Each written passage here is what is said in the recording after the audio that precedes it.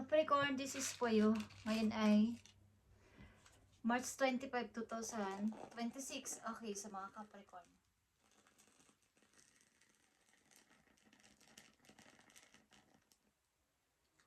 Sa mga Capricorn daw guys, March 25, 2026. Isang mahalagang message for you Capricorn at titignan natin ang inyong situation sa kasalukuyan.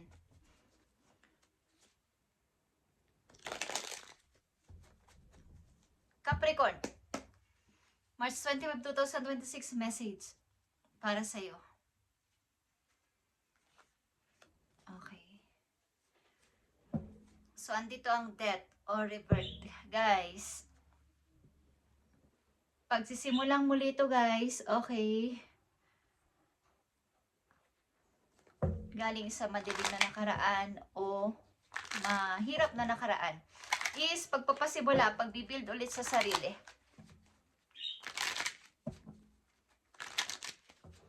Pagtatanggal ng mga hindi na pwede sa mga nakaraan yung taon. Okay, Capricorn, message for you. Titignan natin to.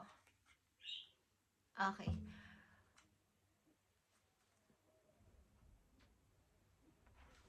Mahalagang message for you, Capricorn, is andito ang Two of Cups. Okay, kayo siguro ay mayroong karelasyon o nai-involve sa taong malalim ang inyong pinagsamahan. Okay, maaaring kayo nasa relasyon o nasa may kakoneksyon sa ngayon. At ito ay isang pag-ibig na masasabi nating tunay o wagas. Guys, ito ay soulmate energy card. Okay, ito ay soulmate energy. Okay, soulmate ito, Two of Cups. At maaaring kayo ay nagmamahalan, both of you. At ito ay iyong bagong pag-i-start sa buhay. Okay, babago.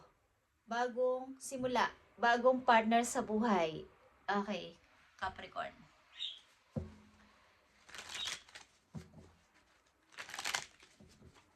Maaaring ito ay magkalayo kayo guys.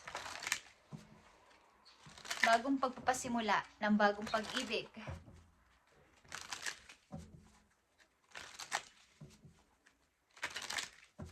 Titingnan natin tong soulmate. Capricorn.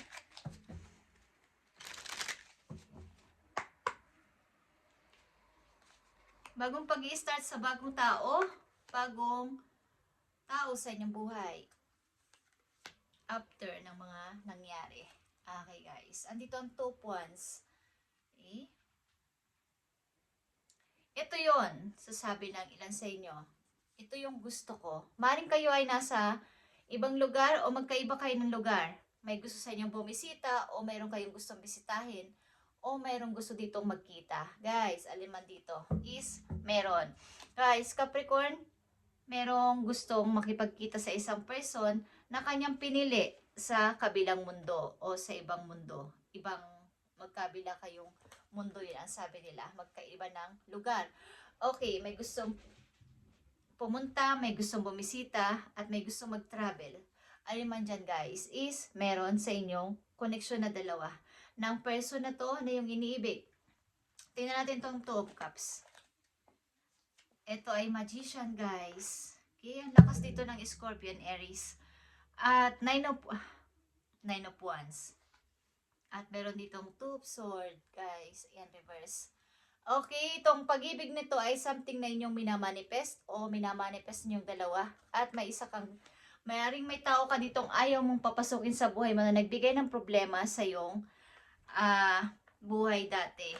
Something na ito ay nakakatakot. Hindi ka man ito sinasaktan physical, is maaaring nagbibigay sa iyo ng problema.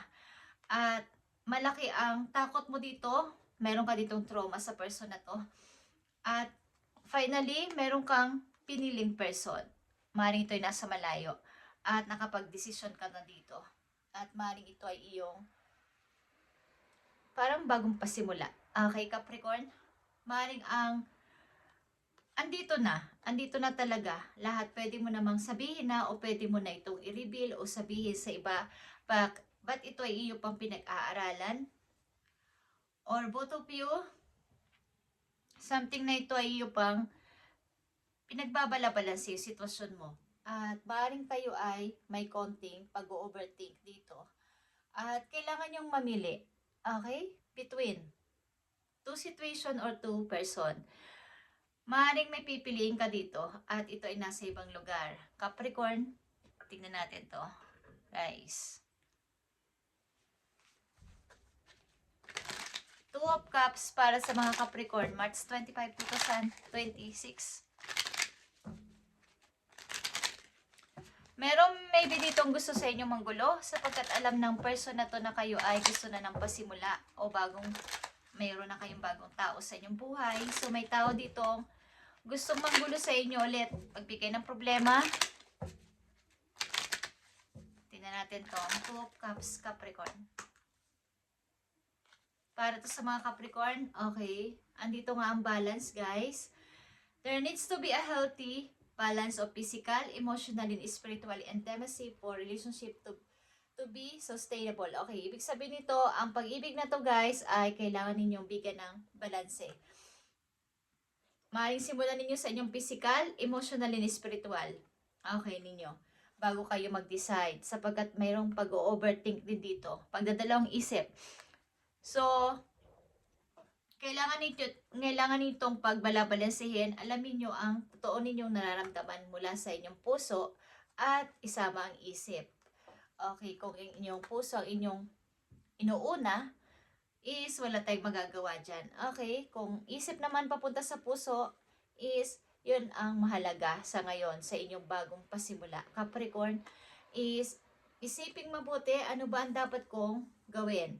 Okay, sapagkat ang ilan sa inyo is galing na sa isang relasyon na hindi maganda, kaya nga kayo ay may mga gusto kayong tanggalin sa inyong buhay na mga tao nagpahirap sa inyo, is kailangan nyo dito ng pag-iingat sa inyong pagdedesisyon. Okay, maaring sa inyong piniling tao o pipiliing tao, bagong tao sa inyong buhay, is merong nakakaalam at mag-ingat kayo, okay? Baka may mga nagsasabi na inyong mga plano, guys. Okay, Capricorn.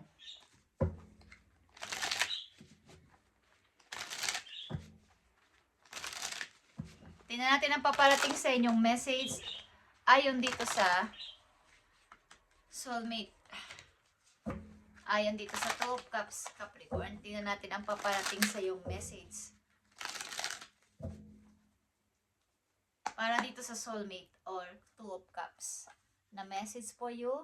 Ano pa ang paparating sa iyong message simula sa araw na to? Okay, andito yung star, guys. Big star. Something na kayo ay umaasa. Bagong pag-asa. Nandito ang Ace of Swords, guys. Andito ang The World. Andito ang Two of Wands again. So, dito nakalahad na inyong dalawang palad para tanggapin at sabihin at ipagsigawan na finally nakapag-isip na ako. Okay? At maaring kayo ay yung inyong mind ay na-clear na. Alam nyo na ang dapat nyong gawin o alam nyo na ang inyong pipiliin. At maaaring kayo ay malayo, okay, nasa ibang lugar, guys. At maaaring ang inyong bagong person ay sa ibang lugar nyo natagpuan o matatagpuan kung hindi pa ito nangyayari sa inyo. Okay?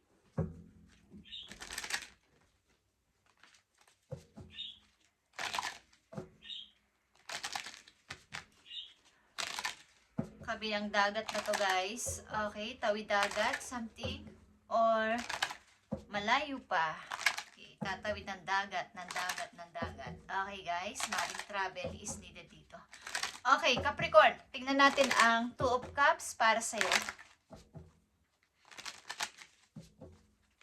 Mukhang kayo ay in love, guys. At ito ay bago nyong pasimula. Sinasabi nyo sa inyong sarili na kailangan kong mag-build ng bagong relasyon. Okay. Para sa aking bagong pasimula. Bagong tao din. Tingnan natin itong Two of Cups, Capricorn. Yeah, guys. Mag-build ng bagong relasyon at ito ay mapupunta sa pagpapakasal. Okay, kayo ay magpapakasal ba, guys? At silip-silipin natin ang inyong past life, guys. Titignan natin ha, ang inyong past life.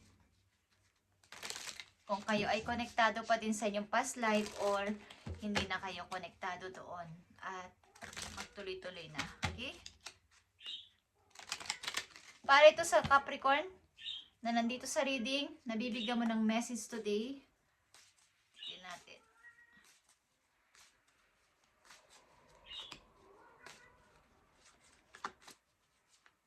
Para to sa mga Capricorn.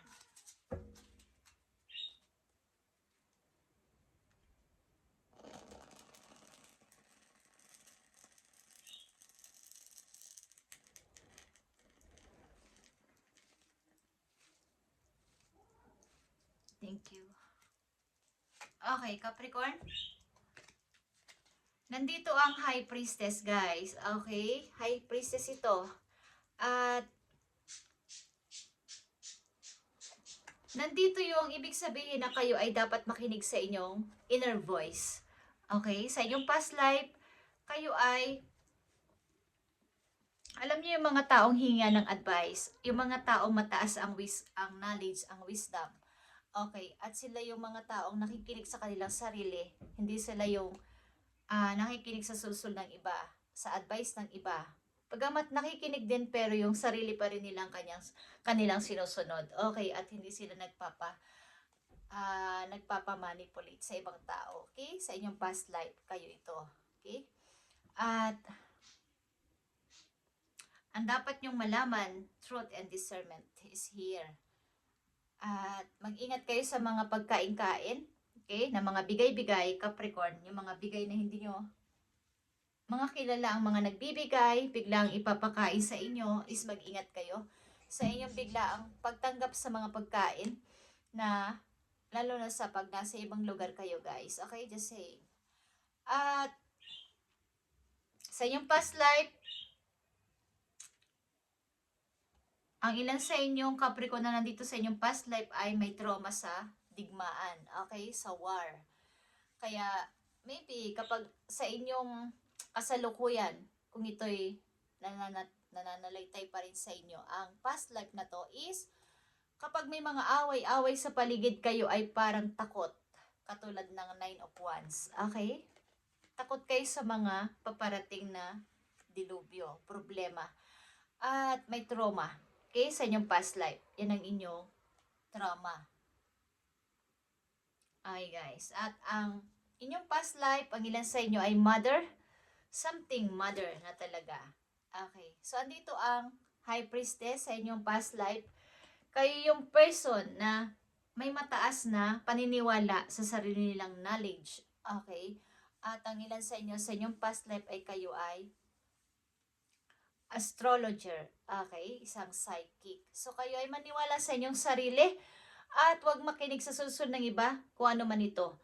Okay, is, kayo ang dapat masunod sa inyong kung kayo may minamanifest, andito ang magician, is kayo ang makinig. Makinig kayo sa inyong sarili, guys. Okay? Andito ang magician at pinag-aaralan mo tong bagay na to. Paano ko to didesisyonan? Ayaw nyo naman kaagad magsalita. Ayaw nyo makasakit ng tao. So, katulad ng Two of Swords, pinag-iisipan nyo kung paano nyo to pagdidesisyonan. Sasabihin ng tama at walang masasaktan. Okay, guys. So, andito yung sa mga susunod ninyong message o sa inyong paparating na message, kayo ay magkakaroon ng pagka-clear sa inyong isip na ito na yon finally. Nakapag-decide na ako o magdi-decide na talaga ako para sa aking bagong mundo, sa aking bagong pasimula. Okay guys. At ito yung mahalagang message. Those difficult times will pass. Capricorn, nothing but last forever. Ang sun ay muli sa iyong sisikat. Okay. Ang mga ibon ay maririnig mo ulit ang kanilang mga huni. Ang clouds ay magki-clear na. Okay, katulad ng Ace of Swords. And you will be glad to keep moving forward. You will soon be rewarded for your patience. Hold on. You are far stronger than you think. Okay.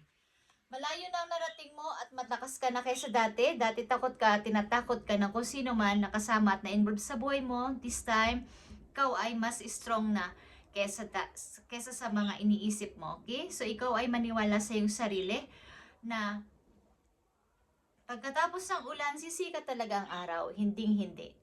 Hinding-hindi pwedeng hindi lalabas ang araw. Kung may araw, may buwan. Okay? So, maniwala ka, lilipas at lilipas din yan kung ano man ang pinagdadaanan mo sa ngayon at huwag kang mainip. Okay. Thank you, Capricorn, at ito ang yung message today, March 25, 2026. God bless.